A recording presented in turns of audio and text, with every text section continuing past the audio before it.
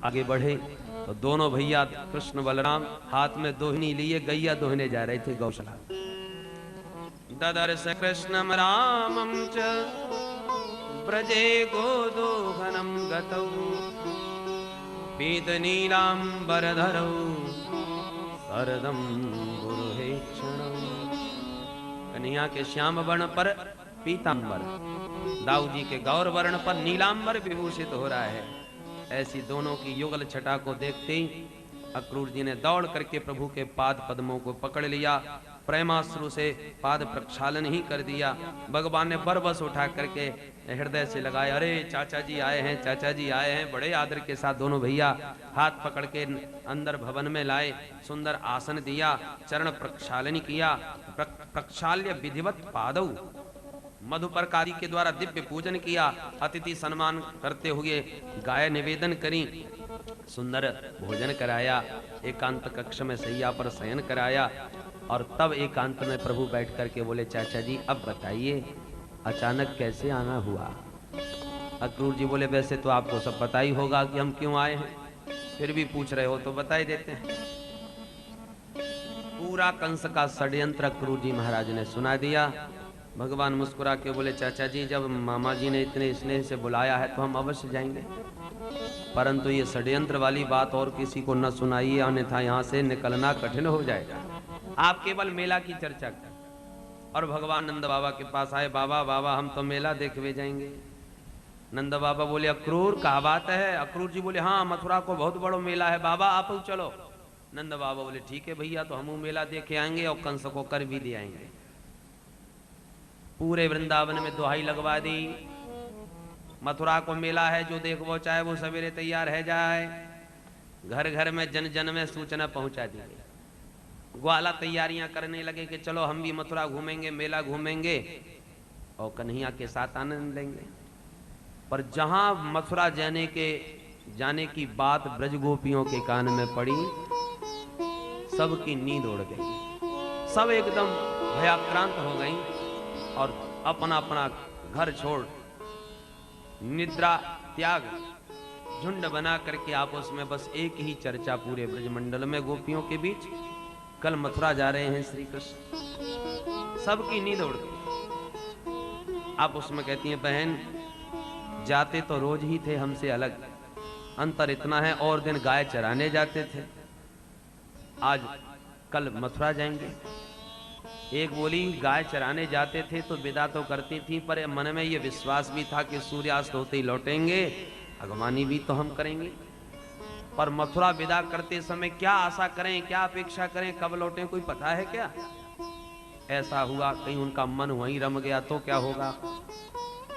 एक बोली, हमारे तुम्हारे सोचने से कुछ नहीं होगा, होगा वही जो विधाता ने लिख दिया होगा। तब तो सबको बड़ा क्रोध आया विधाता पर, ये कितना निष्ठुर है, इसमें तो बिल्कुल भी दया नहीं है, चाहे जैसा विधान लिख डालता है। सखी जैसे छोटे छोटे बच्चे यमुना तट पर रेती में खूब खेलते हैं, बढ़िया बढ़िया खिलौना बनाते हैं, बढ़िया बढ़िया घर बनाते हैं, ये मेरा घर वो तेरा घर, ये मेरा बैल वो तेरा बैल, और खूब घंटों तक खेलते हैं। और जहां खेलते खेलते मन भरा, सो उसने उसके घर में लात मारी, उसने उसके घर में लात मारी, सब बैल तोड़ दिए, सारे घर फोड़ दिए और खेल मिट गया, हाथ साफ करके लौट के। विधाता का भी यही हाल है, हम लोगों को खिलौना बना के खेलता है, जब तक मन लगा खूब खेला, मन भर गया तो फोड़ दिया। अहो विधातस्तव न क्वचित् दया संयोज्य मैत्र्या प्रणयेन देहिना तांश्चाकृतार्थान् विहुनंस्य पार्थकम् विक्रीडितं तेर्भक चेष्टितं यथा। बिल्कुल अर्भक की तरह, अबोध बच्चे की तरह इस ब्रह्मा विधाता की चेष्टाएं हैं। एक बोली, विधाता को कोसने से क्या लाभ सखी, हमारे लिए तो ये अक्रूर आया है, यदि यही न आता तो हमारे गोविंद भला कहीं क्यों जाता। एक बोली, जिसका नाम किसने रखा था, अरे इसका नाम तो क्रूर रखना चाहिए, क्रूर। अक्रूर कहां से बन गया। ये क्रूर कर्म इसके अलावा कौन कर सकता है कि हमारे नयनाभिराम श्री कृष्ण बलराम को छीन कर ये तो हमें अंधा बनाने आया है। एक बोली, बहन यदि कल का सूर्य हमारा दुर्भाग्य लेके प्रकट होगा तो दूसरी ओर मथुरा वासियों के लिए सौभाग्यशाली भी तो होगा। सुखम प्रभाता रजनी मासिस सत्या बभूवुः कर्पूरयोषितां ध्रुवम्। मथुरा की देवियां हमारे माधव के दिव्य मुखमंडल का दर्शन करके मुक्त होंगी, अपना जीवन धन्य बनाएंगी। एक बोली, बहन हमारी इन बातों को यदि कोई बूढ़े बुजुर्ग सुनाएंगे तो हमारे बारे में क्या सोचेंगे। एक बोली, जिसको जो सोचना हो वो सोचे। जब हमारे प्रभु प्राणधन श्री कृष्ण ही हमारे पास नहीं रहेंगे तो ये लोक लाज रख करके भी हम क्या करेंगे। निवारयाम समुपेत्य माधवम किम नो करिष्यन् कुल वृद्ध बांधवा।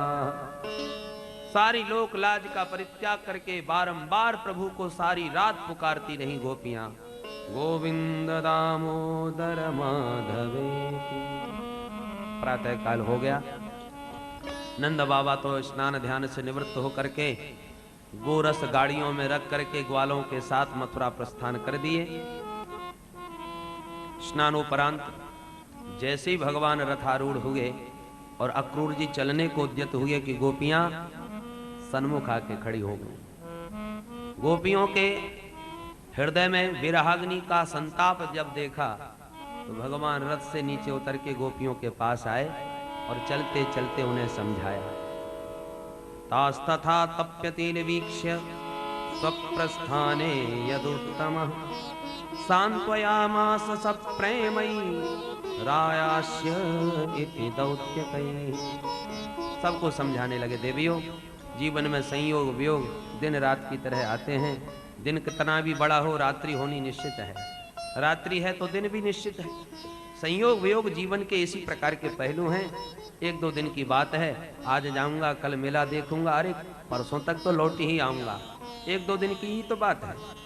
आयास्य इति दौत्यकैः। एक दो दिन में जब लौटने का आश्वासन गोपियों को दिया तब गोपियों के जीवन में एक जीने का आधार प्राप्त हो गया। यदि भगवान आने की बात न कहते तो संभवतः गोपियों के प्राण ही न बचते। प्रभु के आगमन के इसी वचन को धारण किए गोपियों ने प्राणों की रक्षा करी, मार्ग छोड़ दिया। अक्रूर जी ने रथ को दौड़ा दिया। जब तक रथ की ध्वजा दिखी गोपियां देखती रहीं। धीरे धीरे ध्वजा लुप्त हो गई तो जब तक रथ की धूल उड़ती रही तब तक निर्निमेष नयनों से उसी मार्ग को निहारती रही। यावत आलक्ष्यते केतुर यावत रेणु रथस्य च। धीरे धीरे अब तो धूल भी शांत हो गई तो मानो समस्त ब्रज गोपियों का मन माधव के साथ मथुरा ही चला गया हो। तन मात्र रह गया ब्रज में और एक एक पल एक एक क्षण भगवान का ही स्मरण करती हुई, लीलाओं का अनुसंधान करती हुई गोपियों का घर में समय संपन्न होने लगा। अब मथुरा में जाके भगवान ने क्या किया वो लीला द्वितीय सत्र में 3:30 बजे से आप श्रवण करेंगे। आइए सब मिल करके गोपियों की तरह भगवान के स्वरूप का लीलाओं का स्मरण भजन के माध्यम से करें। ब्रज के नंद लाला राधा जू के सांवरिया सब दुख दूर हुए जब तेरा नाम लिया। ब्रज के नंद लाला राधा जू के सांवरिया सब दुख दूर हुए जब तेरा नाम लिया। मीरा पुकारे तुम्हें गिरिधर गोपाला। मीरा पुकारे तुम्हें गिरिधर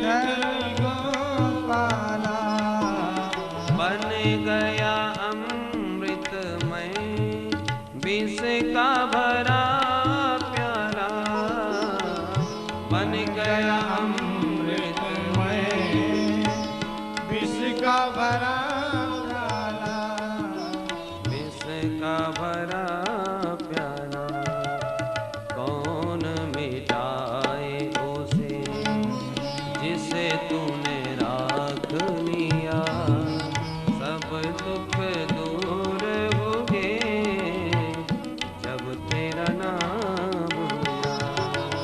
ब्रज के नंद लाला, राधा जी के सांवरिया, सब दुख दूर हुए जब तेरा नाम लिया। जब तेरे गोकुल में आई विपदा भारी, प्रभु तेरे गोकुल में आई विपदा भारी, एक इशारे पे सारी विपदा टारी।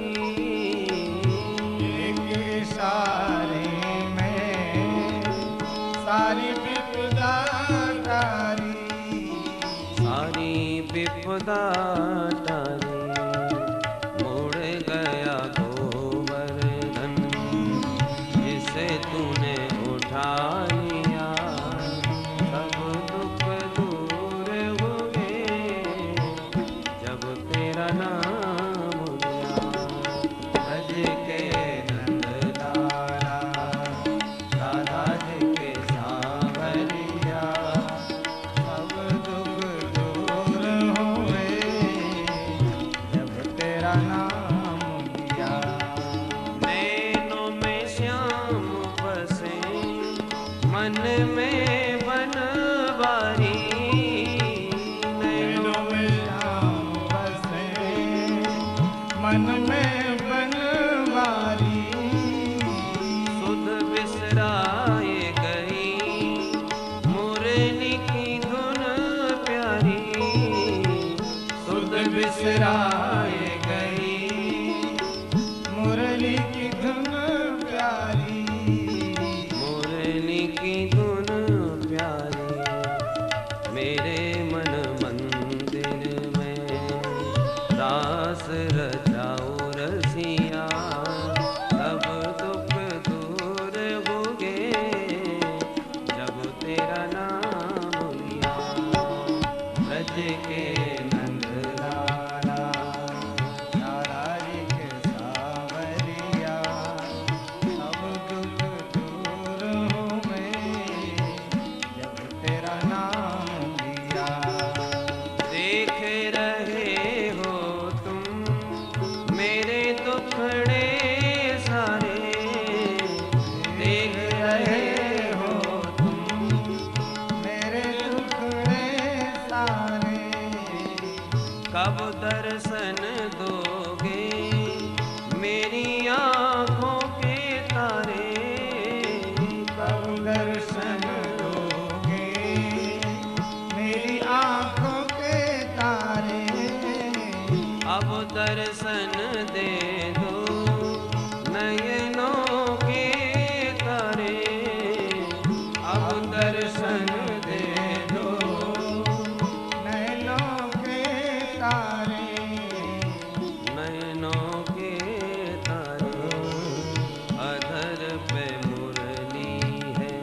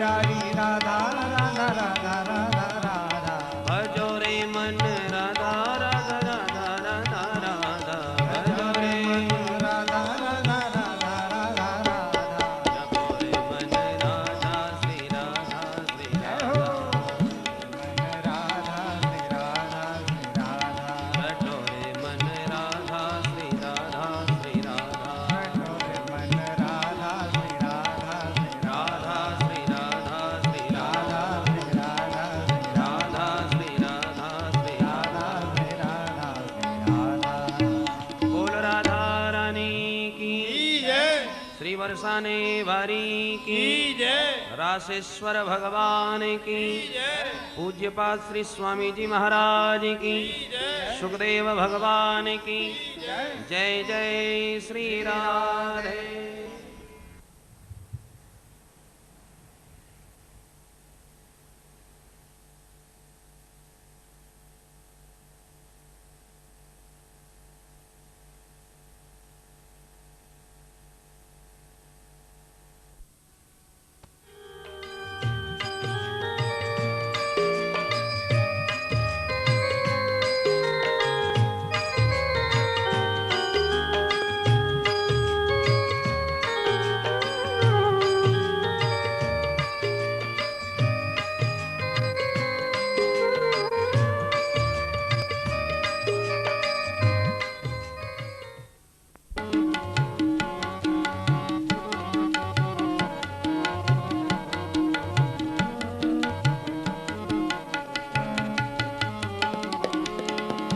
नैनन में गजरा मोटो सो नैनन मेरी नैनन में गजरा मोटो सो पगिया शीस बधाए देरी मैया मोहे चंदा सी दुल्हन मगाए दे मैया मोहे चंदा सी दुल्हन मगाए दे दुल्हन मगाए दे मैया दुल्हन मगाए दे दुल्हन मगाए दे मैया दुल्हन मगाए दे मैया मोहे चंदा सी दुल्हन मगाए दे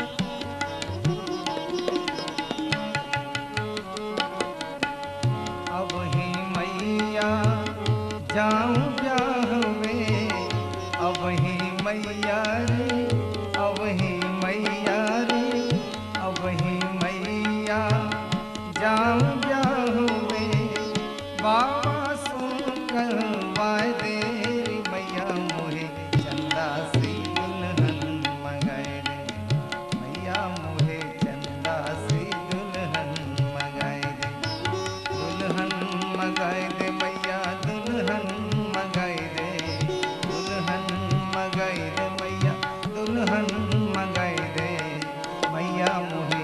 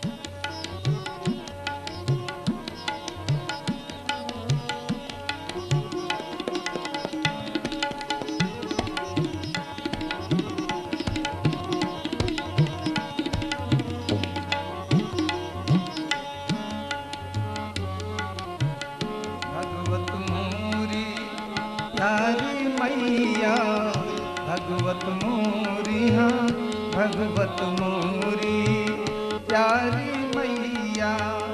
हाँ कह दे मुस्का दे रे मैया, मोहे चंदा से दुल्हन मंगाए दे मैया, मोहे चंदा से दुल्हन मंगाए दे, दुल्हन मंगाए दे मैया, दुल्हन मंगाए दे, दुल्हन मंगाए दे मैया, दुल्हन मंगाए दे मैया, मोहे चंदा से दुल्हन मंगाए दे मैया, मोहे चंदा से दुल्हन मंगाए दे मैया, मोहे चंदा से दुल्हन मंगाए दे, दुल्हन मंगाए दे, दुल्हन मंगाए दे।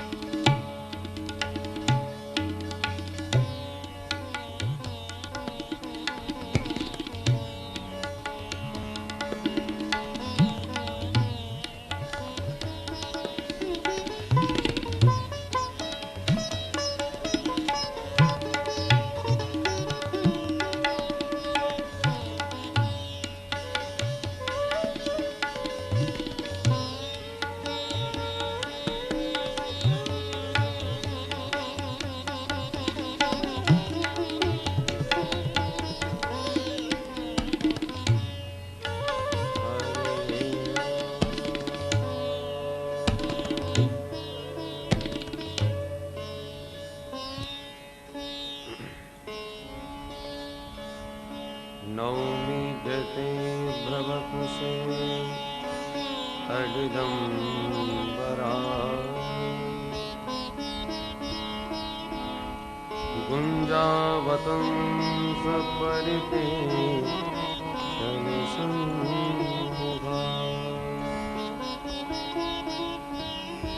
वन्यस्रजे कबलवेत्र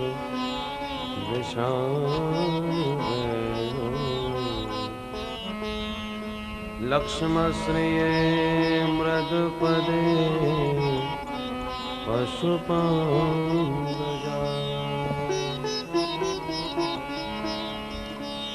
वरहावीरं नटवरवपु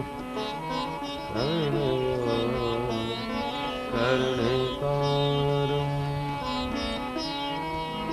बिभ्रदवासः कनककपिशं वैजयन्तीं च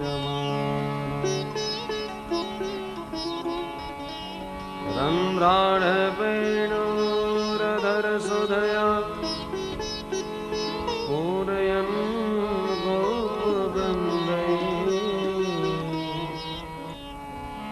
वृन्दारण्यं स्वपदरमणं प्राविशद्गीतगीतिः।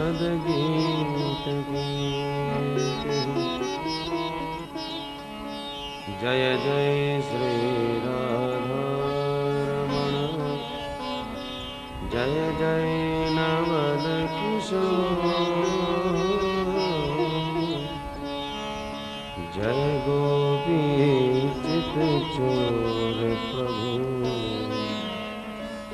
जय जय माखन चोर। बोल वृंदावन बिहारी लाल की जय।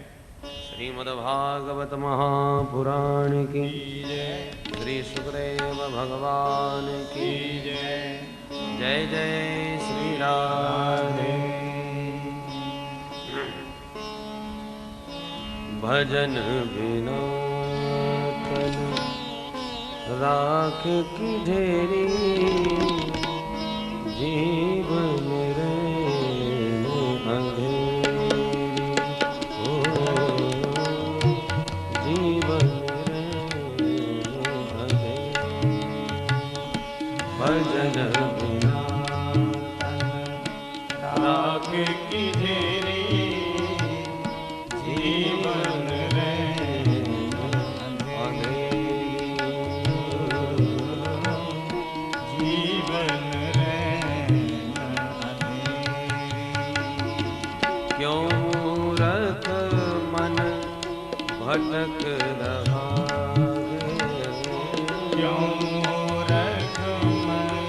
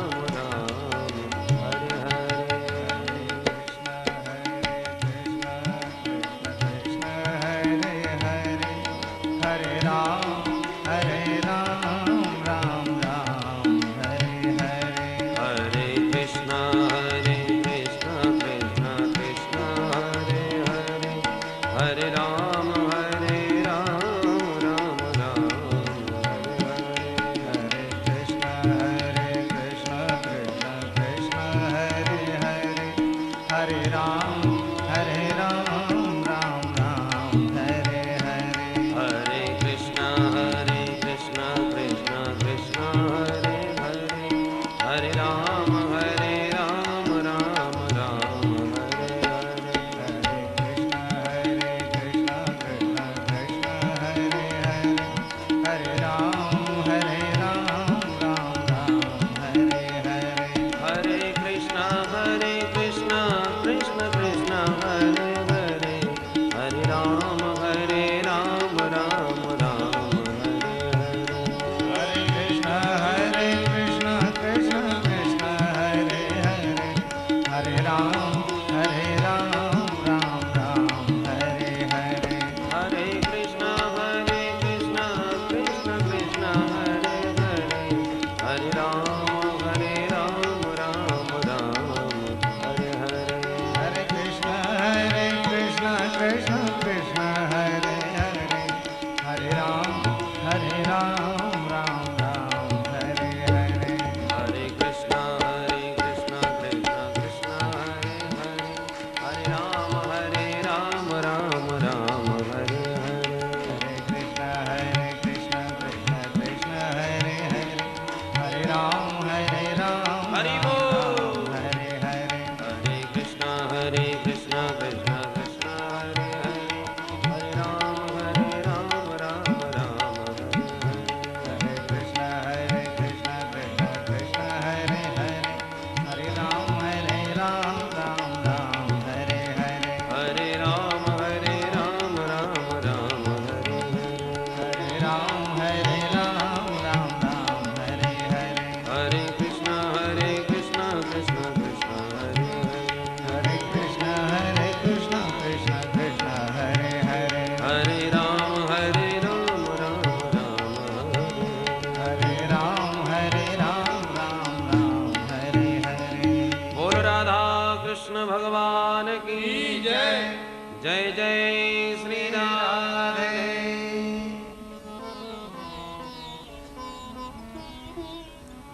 परम मंगलमय भगवत स्वरूप श्रीमद् भागवत दिव्य ज्ञान यज्ञ सत्र में भगवान के मथुरा प्रस्थान की दिव्य लीला आपने श्रवण की। भगवान 4 वर्ष तक गोकुल में सुंदर बाल लीलाएं करने के पश्चात वृंदावनवासी बने और 6 वर्ष तक वृंदावन में काली दह काली नाग का निग्रह करना, महारास लीला करना, ये दिव्य लीलाएं 6 वर्ष तक की।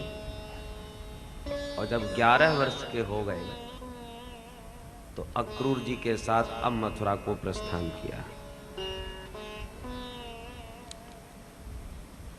अक्रूर जी कन्हैया को रथ में बैठा के मथुरा को चल तो पड़े, परंतु चलते चलते गोपियों की जो स्थिति उन्होंने देखी, वो दृश्य देख देख करके बार बार अक्रूर जी के मन में क्षोभ उत्पन्न होने लगा। उन ब्रज गोपियों का स्नेह, अनुराग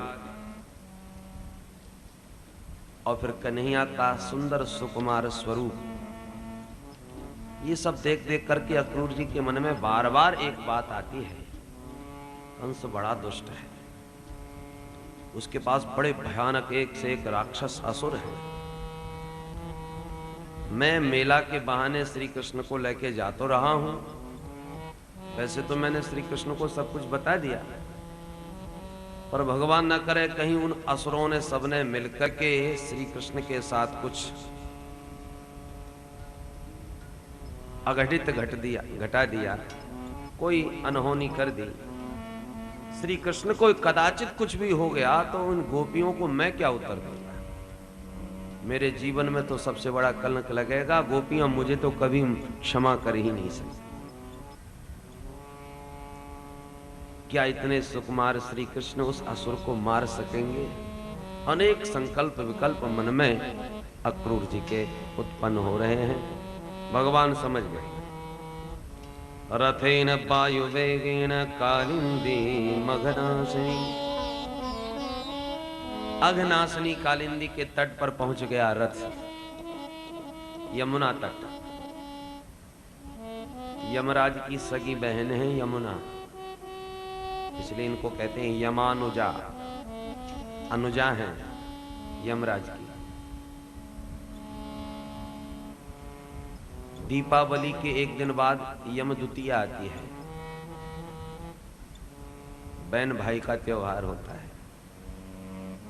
भाई भाई को तिलक करती है बहन, भैया दूज भी कहते हैं।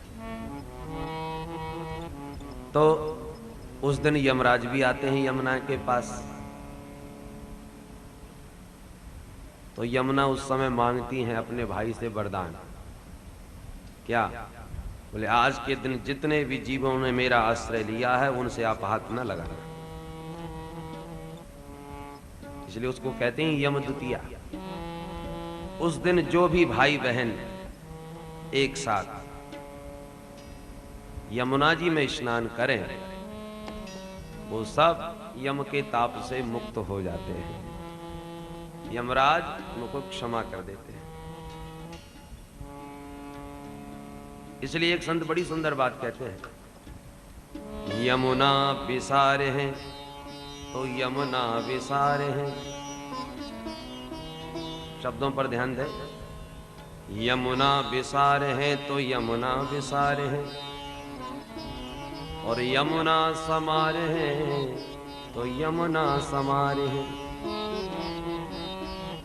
यमुना ने विसार दिया, त्याग दिया, तो यम छोड़ने वाले नहीं है, और यमुना ने संभाल लिया तो यम संभालने वाले नहीं है, माने पकड़ने वाले, हाथ लगाने वाले।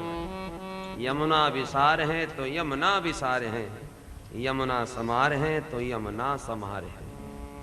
बोलो जय श्री कृष्ण। दिव्य कालिंदी के तट पर रथ पहुंचा तो अक्रूर जी बोले, लाला यदि आप अनुमति दो तो यमुना में हम भी डुबकी लगा लें, स्नान कर लें। हाँ हाँ अवश्य। तो भगवान श्री कृष्ण बलराम रथ में ही बैठे रहे और अकेले अक्रूर जी रथ से उतरे, जाके यमुना में गोता लगाया। जैसे यमुना में डुबकी मारी तो क्या देखा कि यमुना के भीतर श्री कृष्ण और बलराम दोनों विराजमान हैं। एकदम चौंके, इन दोनों को तो अभी अभी रथ में बैठाया छोड़ा। उछल के जब बाहर आके रथ की तरफ देखा तो दोनों भैया रथ में बैठे मुस्कुराए रहे। बड़े आश्चर्य में, जब ये यहाँ बैठे हैं तो भी यमुना में कौन था? उन्हें डुबकी मारी तो फिर दोनों भैया यमुना में। अब सैकड़ों बार डुबकी लगाई, बार बार ऊपर भी देखते हैं, बार बार अंदर भी देखते हैं। बड़े चक्कर में ये दो दो कैसे हो गए। और अगले क्षण क्या देखा कि भगवान श्री कृष्ण चतुर्भुज नारायण के रूप में प्रकट हो गए। चारों ओर शेष पर विराजमान भगवान नारायण के ऋषि मुनि यक्ष गंधर्व चारों तरफ से घेर करके विविध भांत भगवान की स्तुतियों का गान कर रहे हैं। अब अक्रूर जी को समझते देर नहीं लगी। ओहो, मेरे मन में शंका हो रही थी इनका कहीं कुछ अनिष्ट न हो जाए, पर ये तो मैं बिल्कुल ही भूल गया, ये साक्षात जगदीश्वर जन्मे हैं दुष्टों का भार दूर करने के लिए। तुरंत अक्रूर जी ने भी भगवान के चरण में जल में प्रविष्ट जो दिव्य रूप भगवान का था उसको साष्टांग प्रणाम किया, और इन्होंने भी हाथ जोड़ के उन ऋषियों के साथ स्तुति गाना प्रारंभ किया। नतोस्मि हम त्वाखिल हेतु हेतु नारायणं पुरुषमाद्यमव्ययम् यन्नाभिजातादरविन्दकोशात् ब्रह्मा विराशीयत एष लोकः। नतोस्मि हम, प्रभु मैं आपको बार बार प्रणाम करता हूं, और मैं अच्छी तरह जान गया त्वाम अखिल हेतु हेतुम, आप इस सारे जगत के एकमात्र मूल कारण हो। आपने ही सारे जगत को प्रकट किया है। आप ही आदि पुरुष भगवान नारायण हैं। आपने ही अपने नाभि कमल से ब्रह्मा जी को प्रकट करके संसार को विस्तृत करने की क्षमता प्रदान करी। आपकी कृपा और शक्ति से ही ब्रह्मा जी इस लोक का निर्माण करने में सक्षम हो पाते हैं। ऐसे हे नारायण प्रभु आपको प्रणाम है। विविध देवों में आपके ही रूप हैं। प्रभु आप ही निर्गुण से सगुण बन करके दिव्य अवतार धारण करके भक्तों को परम सुख परमानंद प्रदान करते हैं। आपने ही प्रलय पर्यंत मत्स्य अवतार धारण करके मनु की रक्षा करी। आप ही मधुकैटभ का अंत करने वाले हयग्रीव हैं। आप ही बरा बपु धारण करके पृथ्वी का उद्धार करते हैं। आपने ही नृसिंह अवतार धारण करके भक्तों को अभय प्रदान किया। वामन बन के आपने पृथ्वी को नापा। परशुराम बन करके क्षत्रियों का द्रप्त आपने दूर किया। नमस्ते रघुवरियाय रावणांत कराय च। आप ही रघुनंदन राम बन के रावण का अंत करते हैं। और आप ही इस समय श्री वासुदेव कृष्ण बन के प्रकट हैं। और आप ही कल्कि और बुध बन के कलिकाल में भी प्रकट होंगे। ऐसा वर्णन किया श्री अक्रूर जी महाराज ने अपनी स्तुति में। समस्त भगवान के अवतारों का स्मरण किया। जब स्तुति करके बाहर निकले स्नानोपरांत, रथ में जब भगवान की ओर बढ़े तो आंखें फाड़ फाड़ के बार बार देख रहे थे श्री कृष्ण को। भगवान मुस्कुरा के बोले, चाचा जी किमते दृष्टि में हाथ भूतम, ऐसा तुमने जल में क्या देख लिया जो ऐसे आंखें फाड़ फाड़ के हमको देख रहे हो? कुछ अनहोनी हो गई क्या? और फिर इतना विलंब भी लगाया, इतना आनंद आया यमुना स्नान में। अक्रूर जी बोले, अब ज्यादा नाटक मत दिखाओ महाराज, आपने ही विचित्र रूप दिखा के मुझे चक्कर में डाल दिया। वो आप ही पूछ रहे हो मैंने क्या देखा? हाथ जोड़ के बोले, प्रभु ये दिव्य रूप दिखा करके आपने मेरा सारा क्षोभ दूर कर दिया। मैं बहुत घबरा रहा था, पर अब मैं जान गया कि आपका कहीं कोई कुछ नहीं बिगाड़ने वाला। वायु वेग से रथ दौड़ा दिया और मथुरा के सीमा में प्रविष्ट हो गया। नंद बाबा पहले बैठे हुए हैं विश्राम घाट पर अपने ग्वालों के साथ। राह देख रहे हैं कि कन्हैया अब तक नहीं आया। 3 प्रहर बीत चुके हैं। ब्रह्म मुहूर्त में ही चल करके नंद बाबा तो आ गए मथुरा, पर 3 प्रहर बीत गए, रथ नहीं आया तो बाबा को चिंता हुई।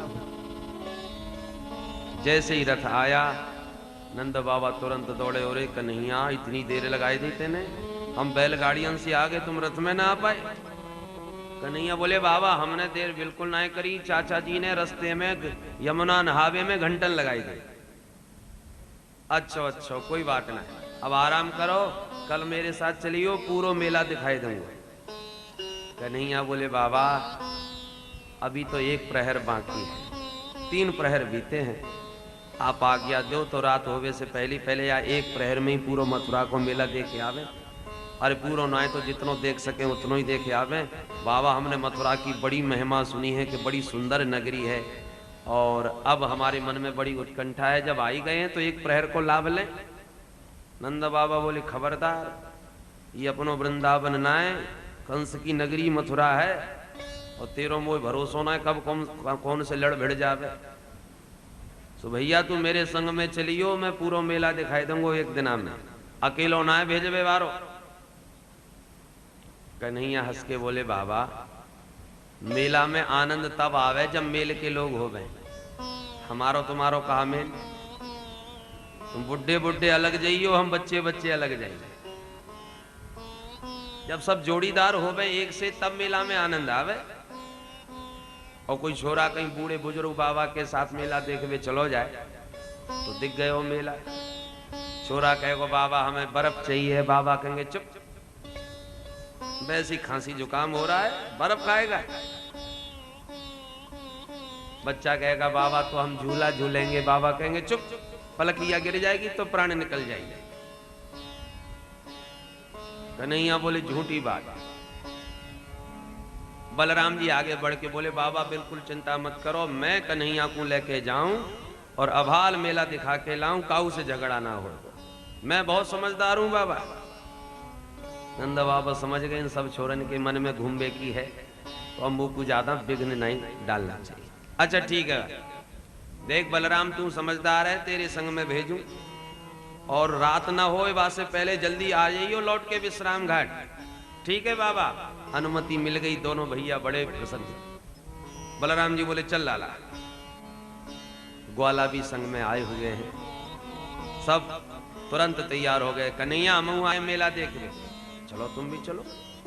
ग्वाल मंडली के साथ निकल पड़े गोविंद। दाऊ जी सबके मुखिया है। अक्रूर जी ने संकेत दिया, प्रभु पहले मेरे घर चले, आपके बिना मैं नहीं जाऊंगा अपने घर, पहले आप मेरे घर को पवित्र करें। भगवान धीरे से बोले, चाचा जी आपका घर तो मेरा ही है, पर पहले मामा से मिलूंगा, उसके बाद आपके घर चलूंगा। अक्रूर जी समझ गए, अच्छा ठीक है प्रभु, जैसी आपकी आज्ञा।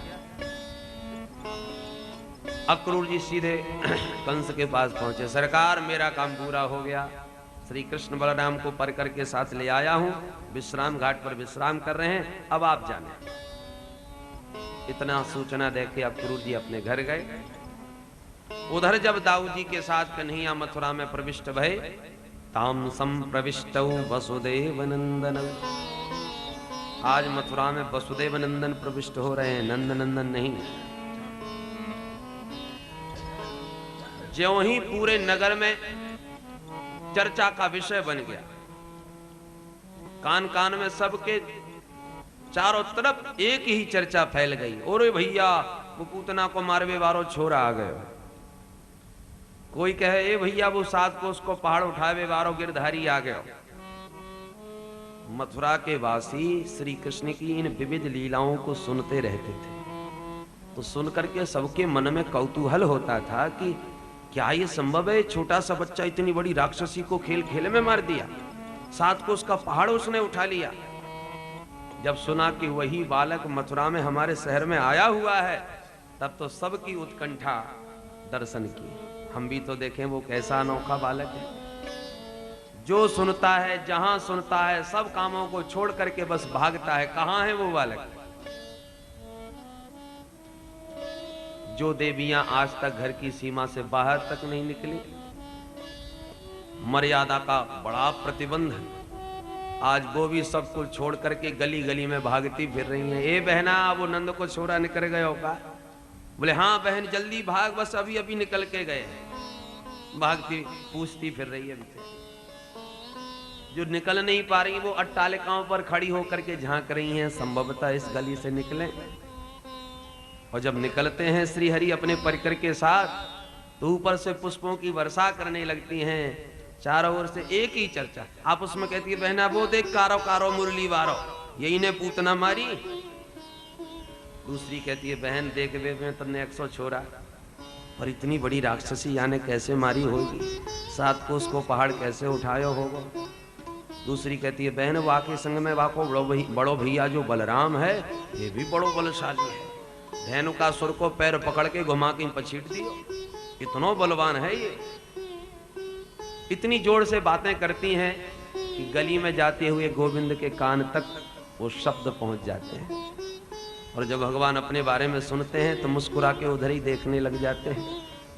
और जहां तिरछी दृष्टि से निहार दिया भगवान ने, वही निहाल हो जाती है।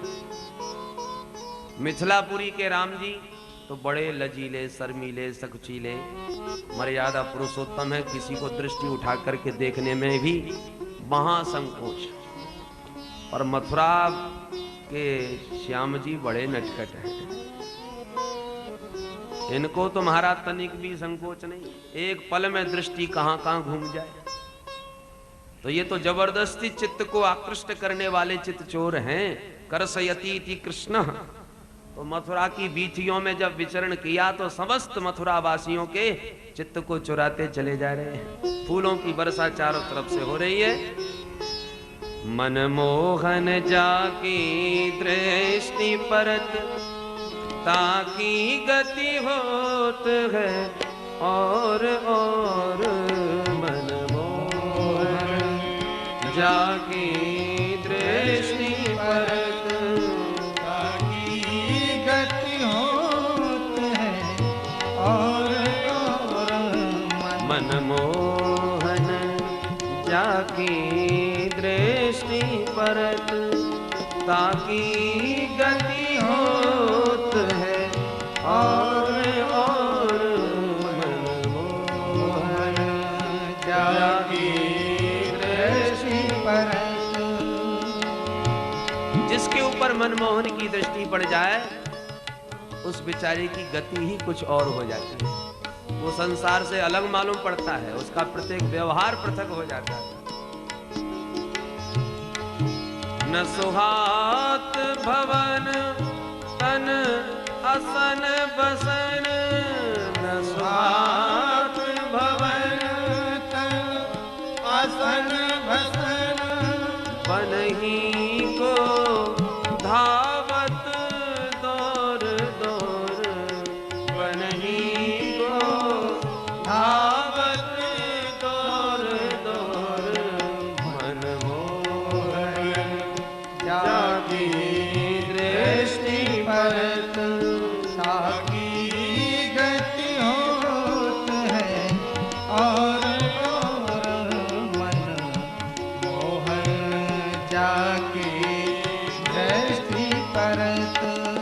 नहीं धरत धीर हिय परत पीर, नहीं धरत धीर हिय भरत पीर, व्याकुल हुए भटकत ठोर ठोर, व्याकुल हुए भटकत ठोर ठोर, मन मोहन जाकी दृष्टि परत, ताकी गति होत है और मन मोहन जाकी दृष्टि परत। कब असुवन भर नारायण मन, कब सुवन भर नारायण मन, झांकत डोलत है पौर पौर, झांकत डोलत है पौर पौर, मन मोहन जागी दृष्टि परत, ताकी गति होत है और मन मोहन जागी दृष्टि परत। सबके चित्त को चुराते चले जा रहे हैं चित्त चोर। मथुरा की वीथियों में चारों ओर से नर नारी सुमन वृष्टि कर रहे हैं, मानो अपने सुंदर मन को ही सुमन के माध्यम से प्रभु चरणों में समर्पित कर रहे हैं। छोटे छोटे ग्वाला भी साथ में हैं। एक बोलो, अरे कन्हैया अपन तो यहाँ मथुरा में पहली बार ही आए हैं ना? बोले हाँ बिल्कुल, पर कन्हैया तेरी रिश्तेदारी का है यहाँ पे, देख तो चारों तरफ से फूलन की कितनी वर्षा है रही है अपने ऊपर। कन्हैया हंस के बोले तुम्हें एक बात को पता ना है? कहा, बोले यहाँ के महाराज कंस मेरे सगे मामा जी लगे, तो मामा को बहानो जो जब पहली बार आएगो तो का स्वागत ना होएगो बाको। ब्रजवासी बोले ओहो ये बात है, भैया कन्हैया तेने ये बात पहले क्यों ना बताई हमें? अरे पहले ही बता दे तो तूने हम चमकीली सी भड़कीली सी बगलबंदी पहन के आते, तेरे मामा से मिलते तो मामा जी भी कहते हाँ कोई मिलवे वारे आए। अब इन पुराने कपड़न में तो भिखमंगा जैसे ना लगेंगे तेरे मामा के सामने। अब ना जावे वारे तेरे संग, तू जा अपने मामा से मिल। कन्हैया बोले नाराज मत हो, मेरे मामा जी के यहाँ कोई कमी पड़ेगी का? राजा हैं वो यहाँ के, बोलो का चाहिए? ब्रजवासी बोले सबसे पहले बढ़िया पोशाक चाहिए। भगवान बोले आओ मेरे संग, मैं कछु व्यवस्था करूंगा। बातें करते आगे बढ़े, सामने से आता एक धोबी दिखा, कंस का धोबी, अहंकार में तना, सुंदर राजसी वस्त्रों को साफ करके सेवकों के सिर पर लाद करके आगे आगे चांदी का डंडा घुमाता हुआ चला आ रहा है। बड़े ठाठ महाराज, अधिकारी से ज्यादा चपरासी को अभिमान होता है। बड़ा अहंकार में तना, महाराज कंस का धोबी हूं, कोई ऐसा वैसा थोड़ी, किसी को कुछ समझा ही नहीं। भगवान तो दूर से ही इसकी चाल से समझ गए। जैसे ही निकट आया, प्रभु निकट जाते ही बोले मामा जी राम राम। धोबी आंखें फाड़ के देखने लगा, ये भांजा कहां से आ गया? कौन हो तुम? भगवान बोले मेरो नाम कृष्ण है, ये मेरे दाऊ भैया हैं, बाकी के सब मेरे सखा हैं, और यहाँ के महाराज कंस मेरे सगे मामा हैं, और मामा के गांव में जो मिले सो सबरे मामा ही हैं, या बहाने आपू मामा निकले। धोबी समझ गया, अच्छा अच्छा तो तुम ही कृष्ण बलराम हो, भाई नाम तो मैंने भी बहुत सुना है। भगवान बोले हमारे मामा जी ने विशेष रथ के भेज करके हमको बुलवायो है मेला में, ऐसे बिना बुलाए ना आए। धोबी ने कहा ज्यादा बातें मत बना, मुझे सब मालूम है तुम्हारे मामा जी ने क्यों बुलवाया है, और तुम्हारे स्वागत का यहाँ कैसा प्रबंध है वो भी मुझे सब पता है। भगवान बोले वाह, आपको तो पता होना ही चाहिए, परंतु क्या करें, हम जल्दी जल्दी में पुरानी कपड़ा पहने आए, और मामा जी ने यहाँ स्वागत में हमारा इतना प्रबंध कर रखा है, तो यदि आप अपनी पुटरिया के 2-4 कपड़ा निकाल के हमें दे दो तो पहन करके हमें वो आनंद आएगा, स्वागत करवा दोगे। जो वस्त्र याचना करी सो धोबी तो एकदम लाल पीला हो गया। ए जंगली कहीं के, सारी जिंदगी गायों के पीछे जंगलों में काटी और कपड़े पहनेगा महाराज के, दर्पण में शकल देखी अपनी। ईदृशा नैव वासांसी नित्यम गिरी बने चरा। दाऊ जी ने हाथ ठीक करे, मैं देखूं या को जंगली कहे हमसे। कन्हैया बोले दादा तुम रहने दो, हम ही बहुत तेरे। भगवान बोले सुनो मामा जी, हमने केवल वस्त्र मांगे और तुम हमें गाड़ी देवे लगे। अरे ना देनो, मना कर दो, गाड़ी काहे को दो। धोबी ने कहा भागता है कि उठाऊं डंडा, सो डंडा तो उठा नहीं पाया। तब तक भगवान ने घुमा करके एक थप्पड़ ऐसा जमाया कि रज कस्य कराग्रेण सिरह कायाद पातयत। एक थप्पड़ में उस रजक की गर्दन कट के दूर गिरी। बोल नंद के लाला की।